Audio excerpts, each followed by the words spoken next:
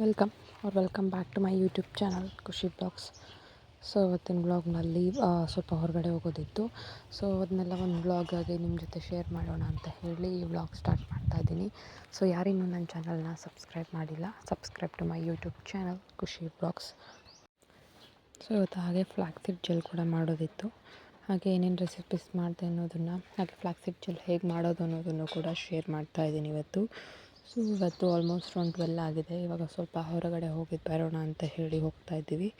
ಏನಿಲ್ಲ, ಸ್ವಲ್ಪ groceries ತರೋದಿತ್ತು and ಒಂದು ಜ್ಯುವೆಲ್ರಿ ಕೊಟ್ಟಿತ್ತು, ಅದು ರೆಡಿ ಇದೆಯಾ ನೋಡ್ಕೊಂಡು ಬರೋಣ ಅಂತ ಹೇಳಿಬಿಟ್ಟು ಬಂದಿದ್ದೆ.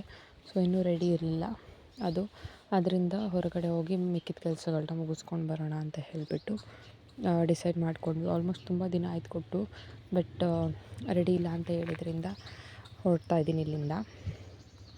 ಪಾಪಕ್ಕೆ ಸ್ವಲ್ಪ ಎಸೆನ್ಷಿಯಲ್ಸ್ ತೊಗೊಳ್ಳೋದಿದೆ ಆ್ಯಂಡ್ ಸ್ವಲ್ಪ ಗ್ರೋಸರೀಸ್ ತೊಗೊಳ್ಬೇಕು ಅಷ್ಟೇ, ಬೇರೇನೂ ಕೆಲಸಗಳಿಲ್ಲ. ಸ್ವಲ್ಪ ಡ್ರೈ ಫ್ರೂಟ್ಸ್ ತೊಗೊಳ್ಳೋಣ ಅಂತ ಬಂದೆ.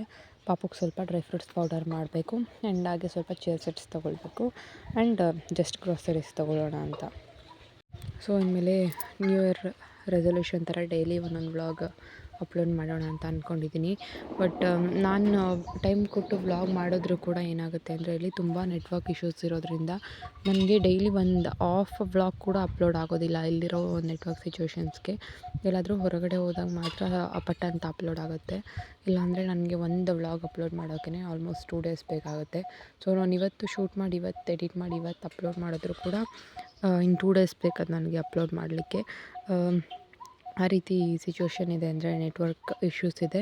ಸೊ ಈ ರೀತಿ ಹೊರಗಡೆ ಎಲ್ಲಾದರೂ ಬಂದಾಗ ರೆಡಿ ಇಟ್ಕೊಂಡು ಒಂದು ವೀಡಿಯೋನ ಅಪ್ಲೋಡ್ ಮಾಡಿದ್ರೆ ಪಟ್ ಅಂತ ಅಪ್ಲೋಡ್ ಆಗುತ್ತೆ. ಸೊ ಚೇರ್ ಸೆಟ್ಸ್ ತೊಗೊಂಡೆ ಆ್ಯಂಡ್ ನಾಳೆ ಸ್ವಲ್ಪ ಪೂಜೆ ಕೆಲಸಗಳಿದ್ದಾವೆ, ಅದಕ್ಕೋಸ್ಕರ ಸ್ವಲ್ಪ ಹೂವು, ಹಣ್ಣು ಆ್ಯಂಡ್ ಪೂಜೆ ಸಾಮಾನುಗಳೆಲ್ಲ ಬೇಕಿದ್ವು, ಅದನ್ನು ಕೂಡ ತಗೊಳ್ಳೋಣ ಅಂತ ಬಂದೆ. ಅದೆಲ್ಲ ತೊಗೊಂಡಿದ್ದಾಯಿತು ಆ್ಯಂಡ್ ನನ್ನ ಹಸ್ಬೆಂಡ್ ಇಲ್ಲ, ಸ್ವಲ್ಪ ಹೊರಗಡೆ ಹೋಗಿ ಬರ್ತೀನಿ ಅಂತ ಹೇಳಿದ್ರು. ಇನ್ನೂ ಸ್ವಲ್ಪ ಐಟಮ್ಸ್ ಬೇಕಿತ್ತು ಅದನ್ನೆಲ್ಲ ತರಲಿಕ್ಕೆ ಅಂತ ನಾನು ಇಲ್ಲಿ ವೆಯ್ಟ್ ಮಾಡ್ತಾಯಿದ್ದೀನಿ. ಸೊ ಎಲ್ಲ ತೊಗೊಂಡಿದ್ದಾಯಿತು. ಇವಾಗ ಮನೆಗೆ ಹೋಗೋಣ ಅಂತ ಹೇಳಿ ಹೋಗ್ತಾಯಿದ್ವಿ. ಏನು ಪೂಜೆ ಅಂದರೆ, ಸ್ವಲ್ಪ ದೇವ್ರಿಗೆ ಅಭಿಷೇಕ ಮಾಡಿಸೋದಿತ್ತು. ಸೊ ಅಭಿಷೇಕ ಮಾಡಿಸೋದು ಆ್ಯಂಡ್ ನಾಳೆ ನಾನ್ ವೆಜ್ ಮಾಡ್ತೀವಿ, ಅದಕ್ಕೆ ಬೇಕಿರೋ ಎಸೆನ್ಷಿಯಲ್ ಐಟಮ್ಸ್ ಎಲ್ಲ ತೊಗೊಂಡು ಹೋಗೋಣ ಅಂತ ಹೇಳಿ ಹೋಗಿದ್ವಿ. ಆ್ಯಂಡ್ ಮನೆಗೆ ಹೋಗ್ಬಿಟ್ಟು ಇವಾಗ ಸ್ವಲ್ಪ ಜಾಮೂನ್ ಮಾಡೋಣ ಅಂತ ಅಂದ್ಕೊಂಡಿದ್ದೀನಿ. ಸೊ 2 ಪ್ಯಾಕೆಟ್ಸ್ ಇತ್ತು, ಅವತ್ತೊಂದು ದಿನ ಮಾಡಿದ್ದೆ ಆ್ಯಂಡ್ ಇದನ್ನು ಕೂಡ ಮಾಡೋಣ ಅಂದ್ಕೊಂಡು ಮಾಡೇ ಇರಲಿಲ್ಲ. ಸೊ ಇವತ್ತು ಪಾಪು ಮಲಗಿದ್ನೆಲ್ಲ ಅವನು ಎದ್ದೇಳೋ ಅಷ್ಟರಲ್ಲಿ ಮಾಡಿಟ್ಕೊಂಡು ಬಿಡೋಣ ಅಂತ ಹೇಳಿ ಮಾಡ್ತಾಯಿದ್ದೀನಿ. ಸೊ ಎಣ್ಣೆ ಕಾಯಲಿಕ್ಕಿಟ್ಟು ಒಂದು ಮೀಡಿಯಮ್ ಫ್ಲೇಮ್ನಲ್ಲಿಟ್ಟು ಗುಲಾಬ್ ಜಾಮೂನ್ ಹಿಟ್ಟನ್ನೆಲ್ಲ ಕಲಸಿಟ್ಕೊಂಡು ಅದಕ್ಕೆ ಇವಾಗ ಹಾಕ್ಕೊಳ್ತಾ ಇದ್ದೀನಿ. ನಾನು ಎಲ್ಲ ಒಟ್ಟಿಗೆ ಹಾಕೋದಿಲ್ಲ, ಅರ್ಧ ಒಂದು ಸಲ ಹಾಕಿ ಇನ್ನರ್ಧ ಇನ್ನೊಂದು ಸಲ ಹಾಕ್ಕೊಳ್ತೀನಿ. ಇದಾದಮೇಲೆ ಸಂಜೆಗೆ ಫ್ಲಾಕ್ಸೀಡ್ ಜೆಲ್ ಮಾಡಿ ಅದು ಕೂಡ ಹಚ್ಕೊಳ್ಬೇಕು. ನಾನೊಂದು 5 ಮಿನಿಟ್ಸ್ ಈ ರೀತಿ ಮೀಡಿಯಮ್ ಫ್ಲೇಮ್ನಲ್ಲೇ ಸ್ವಲ್ಪ ಗೋಲ್ಡನ್ ಬ್ರೌನ್ ಬರೋವರೆಗೂ ಕುಕ್ ಮಾಡ್ತೀನಿ. ಇಲ್ಲ ಅಂದರೆ ಏನಾಗುತ್ತೆ ಅಂದರೆ, ಹೈ ಫ್ಲೇಮಲ್ಲಿ ಮಾಡಿದ್ರೆ ಮೇಲ್ ಸಿದಂಗೆ ಅನಿಸುತ್ತೆ ಆ್ಯಂಡ್ ಒಳಗಡೆ ಹಿಟ್ಟು ಕೂಡ ಬೆಂದಿರೋದಿಲ್ಲ, ಹಸಿ ಅನಿಸುತ್ತೆ ಆ್ಯಂಡ್ ಪಾಕ ನೀಟಾಗಿ ಅಬ್ಸರ್ವ್ ಮಾಡೋದಿಲ್ಲ, ಬೇಗ ಹಾಳಾಗ್ಬಿಡ್ತವೆ ಜಾಮೂನ್ಗಳು. ಅದರಿಂದ ಈ ರೀತಿ ಮಾಡ್ತಾಯಿದ್ದೀನಿ. 2 ರೌಂಡ್ಗೆ ಹಾಕುವಷ್ಟು ಮಾಡ್ಕೊಂಡಿದ್ದೀನಿ ನಾನಿವಾಗ. ಸೊ ಪಕ್ಕದಲ್ಲಿ ಅಂದರೆ ಪಾಕ ಕೂಡ ರೆಡಿ ಮಾಡಿದ್ದೀನಿ, ಶುಗರ್ ಶಿರಪ್ನ. ಸೊ ಪಾಪುಗೆ ಜಾಮೂನ್ ಈ ರೀತಿ ಫ್ರೈ ಮಾಡಿದ್ನಲ್ಲ ಅದನ್ನೇ 2 ಕೊಟ್ಟೆ ಶುಗರ್ ಹಾಕೋಕ್ಕಿಂತ ಮುಂಚೆನೇ. ಸೊ ಇವಾಗ ನೆನೆಯಲಿಕ್ಕೆ ಅಂತ ಬಿಟ್ಟಿದ್ದೀನಿ. ಇನ್ನೊಂದು 1/2 ಅವರ್ ಅಥವಾ 20 ಮಿನಿಟ್ಸ್ನಲ್ಲಿ ರೆಡಿ ಆಗುತ್ತೆ ಇದು ತಿನ್ನಲಿಕ್ಕೆ. ಸೊ ಮಧ್ಯಾಹ್ನ ಮಾಡಿದ್ನಲ್ಲ, ಇವಾಗ ಯಾರೂ ಇಲ್ಲ ಮನೆಯಲ್ಲಿ ಆ್ಯಂಡ್ ಸಂಜೆ ಅಷ್ಟರಲ್ಲೆಲ್ಲ ಬರ್ತಾರಲ್ಲ ಆವಾಗ ಅದು ರೆಡಿ ಇರುತ್ತೆ, ಆವಾಗ ಕೊಟ್ಟರೆ ಆಯಿತು ಅಂತ. ಆ್ಯಂಡ್ ನಮ್ಮ ಮನೇಲಿ ಏನಂದರೆ, ತೆಂಗಿನಕಾಯಿನ ತಂದುಬಿಟ್ಟು ಹಟ್ಟದ ಮೇಲೆ ಎಸಿತಾರೆ ಮೇಲ್ಗಡೆ. ಸೊ ಪಾಪು ಅದನ್ನು ನೋಡ್ಕೊಂಡಿದ್ನಲ್ಲ, ಕೆಳಗಡೆ ಕಾಯಿಗಳೆಲ್ಲ ಬಿದ್ದಿದ್ದು ನೋಡಿಬಿಟ್ಟು ಮೇಲ್ಗಡೆ ಎಸೆಯೋಣ, ಎತ್ಬಿಟ್ಟು ಎಸಿ ಅಂತ ಹೇಳಿಬಿಟ್ಟು ನನಗೆ ತೋರಿಸ್ತಾ ಇದ್ದಾನೆ. ಬಟ್ ನನ್ನ ಕೈಲಿ ಆಗೋದಿಲ್ಲ, ಅಂದರೆ ಅವ್ನಿಗೇನಂದರೆ ನೋಡಿದ್ನಲ್ಲ ಕೆಳಗಡೆ ತುಂಬ ಕಾಯಿಗಳಿದ್ವು. ಸೊ ಎಸೆಯೋಣ ಅಂತ ಹೇಳಿಬಿಟ್ಟು ಒಂದೊಂದೇ ತಂದುಬಿಟ್ಟು ನನ್ನ ಕೈಗೆ ಕೊಡ್ತಾ ಇದ್ದಾನೆ. ಒಂದು ಸಲ ಏನಾದರೂ ನೋಡಿದರೆ ನೆಕ್ಸ್ಟು ತಿಳ್ಕೊಂಡು ಬಿಡ್ತಾನೆ, ಈಗ ಈ ರೀತಿ ಮಾಡಬೇಕು ಆ ಥರ ಅನ್ನೋದನ್ನೆಲ್ಲ. ಆ್ಯಂಡ್ ಅದನ್ನು ಮಾಡ್ತಾನೆ ಇರ್ತಾನೆ. ನೆಕ್ಸ್ಟ್ ಇವಾಗ ನೋಡಿ, ನಾನು ಒಂದು ತೊಗೊಂಡೆ, ಆ ಕಡೆ ಎಲ್ಲ ಇನ್ನೂ ತುಂಬ ಇದ್ದಾವೆ, ಅದನ್ನೆಲ್ಲ ಹೋಗಿಬಿಟ್ಟು ಏನು ತರ್ತಾನೆ ಇರ್ತಾನೆ.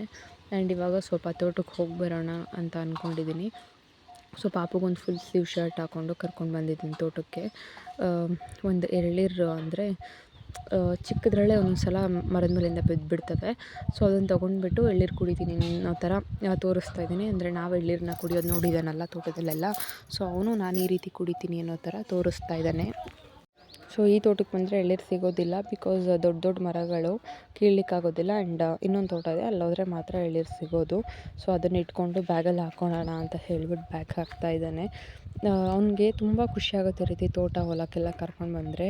ಇಲ್ಲಾಂದರೆ ಪ್ಲೇನ್ ಜಾಗ ಇದೆ, ಇಲ್ಲಿ ಬಿಟ್ಟಿದ್ದೀನಿ ಆಟ ಆಡ್ಕೊಳ್ಳಿ ಅಂತ ಹೇಳಿಬಿಟ್ಟು. ಆ್ಯಂಡ್ ನಾನು ಸ್ವಲ್ಪ ವೀಳ್ಯದೆಲೆಗಳನ್ನ ಕುಯ್ಯೋಣ ಅಂತ ಹೇಳಿಬಿಟ್ಟು ಬಂದೆ, ಬಿಕಾಸ್ ನಾಳೆ ಪೂಜೆಗೆ ಬೇಕಿತ್ತಲ್ಲ. ಆ್ಯಂಡ್ ನಮ್ಮ ಮನೆಯಲ್ಲೇ ಸಿಗುತ್ತಲ್ಲ, ನಮ್ಮ ತೋಟದ್ದೇ ತೊಗೊಳ್ಳೋಣ ಅಂತ ಹೇಳಿಬಿಟ್ಟು ತೊಗೊಳ್ತಾ ಇದ್ದೀನಿ.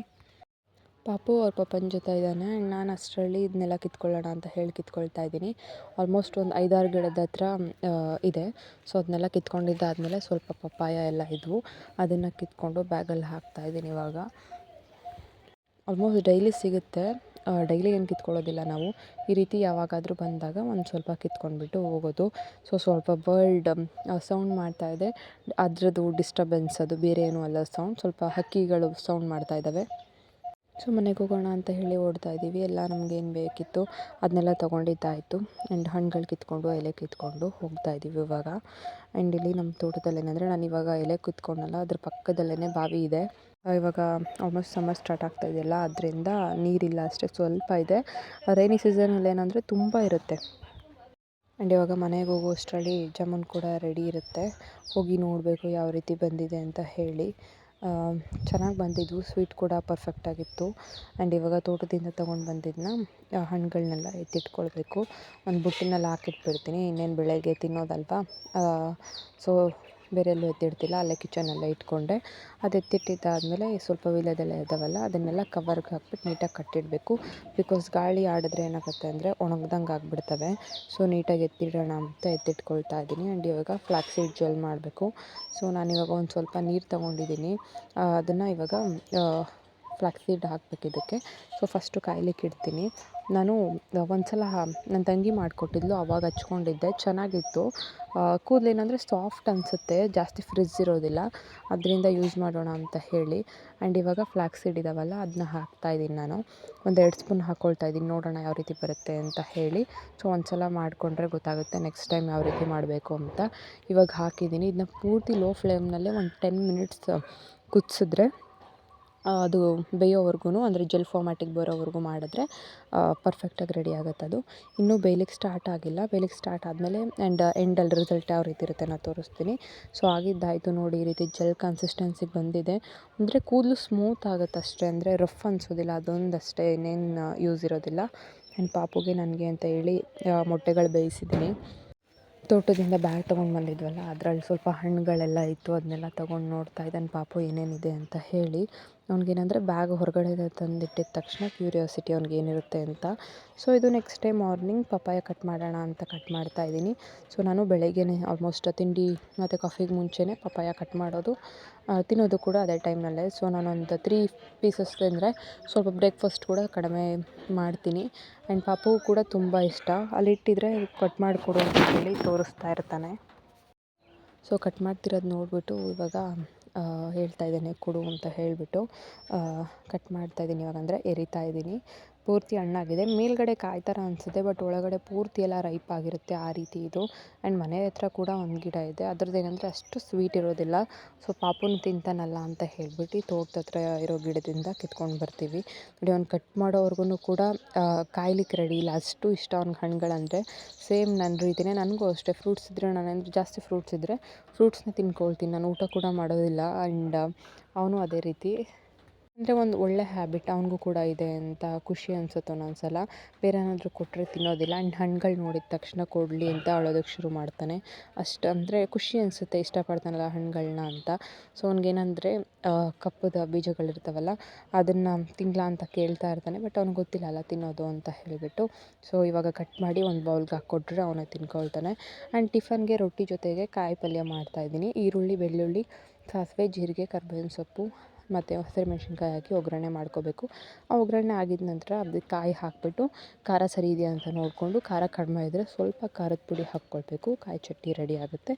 ಆ್ಯಂಡ್ ಅದಕ್ಕೆ ಕಾಂಬಿನೇಷನ್ ಆಗಿ ರಾಗಿ ರೊಟ್ಟಿ ಅಥವಾ ಅಕ್ಕಿ ರೊಟ್ಟಿ ಮಾಡ್ಕೊಳ್ಬೋದು. ಇದಾಗಿತ್ತು ಇವತ್ತಿನ blog. Thank you for watching my video. Subscribe to my YouTube channel Khushi blogs.